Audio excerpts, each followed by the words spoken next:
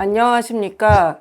대한한돈협회 정책기획팀 정재은 차장입니다. 한돈협회 원래 브리핑 5월호를 시작하겠습니다. 영상 컨텐츠 원래 브리핑은 한돈농가 여러분들에게 우리 한돈산업의 최근 현황과 주요 이슈를 효과적으로 전달드리고자 제작되고 있습니다. 한돈협회 유튜브 채널에 게재되는 영상의 많은 시청을 부탁드리며 도협의회와 지부에서는 원래의 교육 시 활용해 주시기 바랍니다.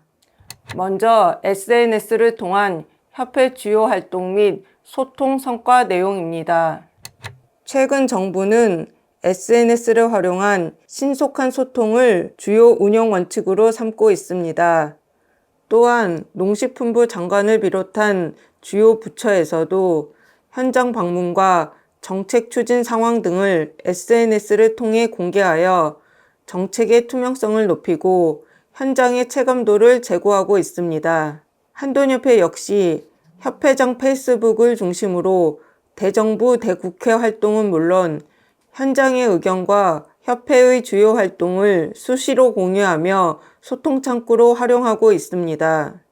아프리카 돼지열병 원인 규명 및 대응, 12처방서 운영, 김해 악취관리 지역 지정 등 주요 현황과 관련한 이슈를 공유하고 페이스북 게시물과 인터뷰 내용을 바탕으로 언론 보도가 이루어지면서 현장 여론 형성과 정책 공감대 확산에 효과를 거두고 있습니다. 협회의 주요 활동과 현안 대응 사항의 효과적인 확산을 위해 회원 농가들의 많은 관심과 협조를 부탁드립니다.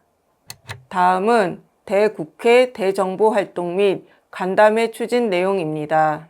지난 4월 9일 한돈협회 이기용 회장은 농축산연합회 범농업계 적정시비 및 경축순환 결의대회에 참석하였고 4월 16일에는 농식품부와 가축분뇨 퇴액비 활용 개선 방안을 논의하였습니다. 이어 4월 17일에는 농촌진흥청장을 만나 한시적 가축분뇨 액비 살포량 제한 완화, 액비 12처방 절차 간소화 등 7가지 건의사항을 전달하였습니다.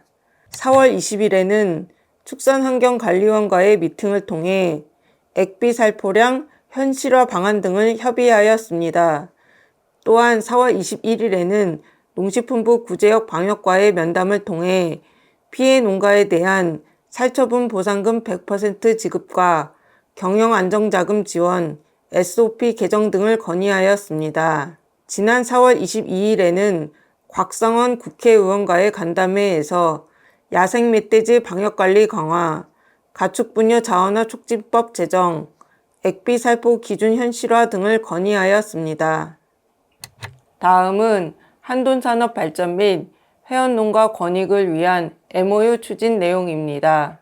한돈산업의 지속가능한 발전 기반을 마련하고 회원농가의 경영 안정을 도모하는 데 목적이 있습니다. 유관기관 및 분야별 협력을 강화해 정책 대응력을 높이고 현장 중심의 지원 체계를 구축하며 경쟁력을 제고하고자 합니다. 지난 4월 2일 대한회계법인과의 MOU를 체결하였으며 4월 8일에는 엠트리센, 4월 22일에는 고려환경, 4월 27일에는 한국공인노무사회와 MOU를 추진하였습니다. 향후 회원농가를 대상으로 관련 교육과 세미나를 추진하여 실질적인 도움이 될 수 있도록 지원할 예정입니다.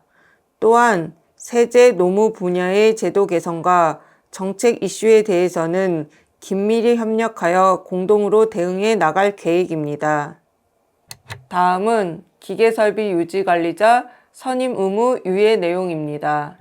기계설비법 시행에 따라 연면적 10,000제곱미터 이상 양돈 농가는 기계설비 유지관리자 선임, 기계설비 성능 점검의 의무가 있습니다. 다만 법 시행 당시 해당 현장에 기존 재직 중이던 인력에 한해 2026년 4월 17일까지 임시 등급을 부여했습니다.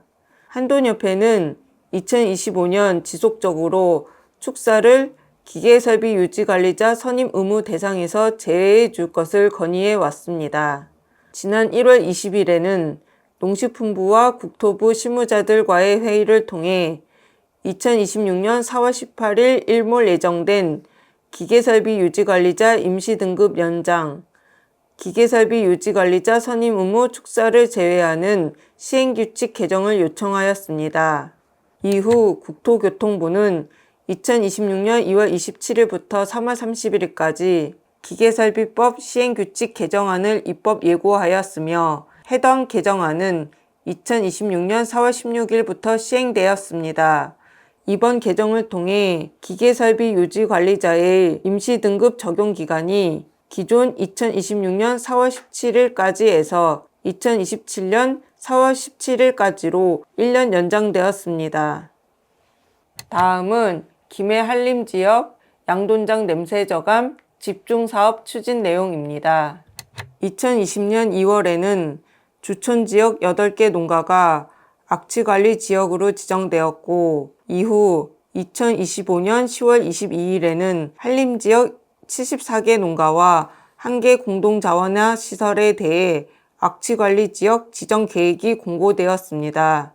다만 12월 30일에 김해시장과의 면담을 통해 한림지역의 악취관리 지역 지정이 연기된 상황입니다. 이러한 상황을 바탕으로 현재 한림지역에서는 냄새 저감을 위한 다양한 활동이 진행되고 있습니다. 우선 계도 홍보 활동으로 냄새 저감 사업 안내 포스터를 배포하고 자정 캠페인 현수막을 설치해 농가의 자발적인 참여를 유도하고 있습니다.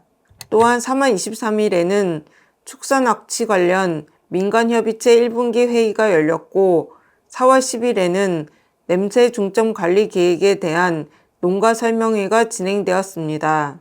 아울러 컨설팅도 추진되어 악취관리 지역 지정 대상 농가와 사업장 43개소에 대해 4월 6일까지 1차 컨설팅을 완료한 상태입니다. 앞으로 정기적이고 과학적인 측정을 통해 냄새 저감 효과를 분석하고 민관 협의체와 협력하여 지속적인 컨설팅과 관리로 냄새 문제를 개선해 나갈 계획입니다.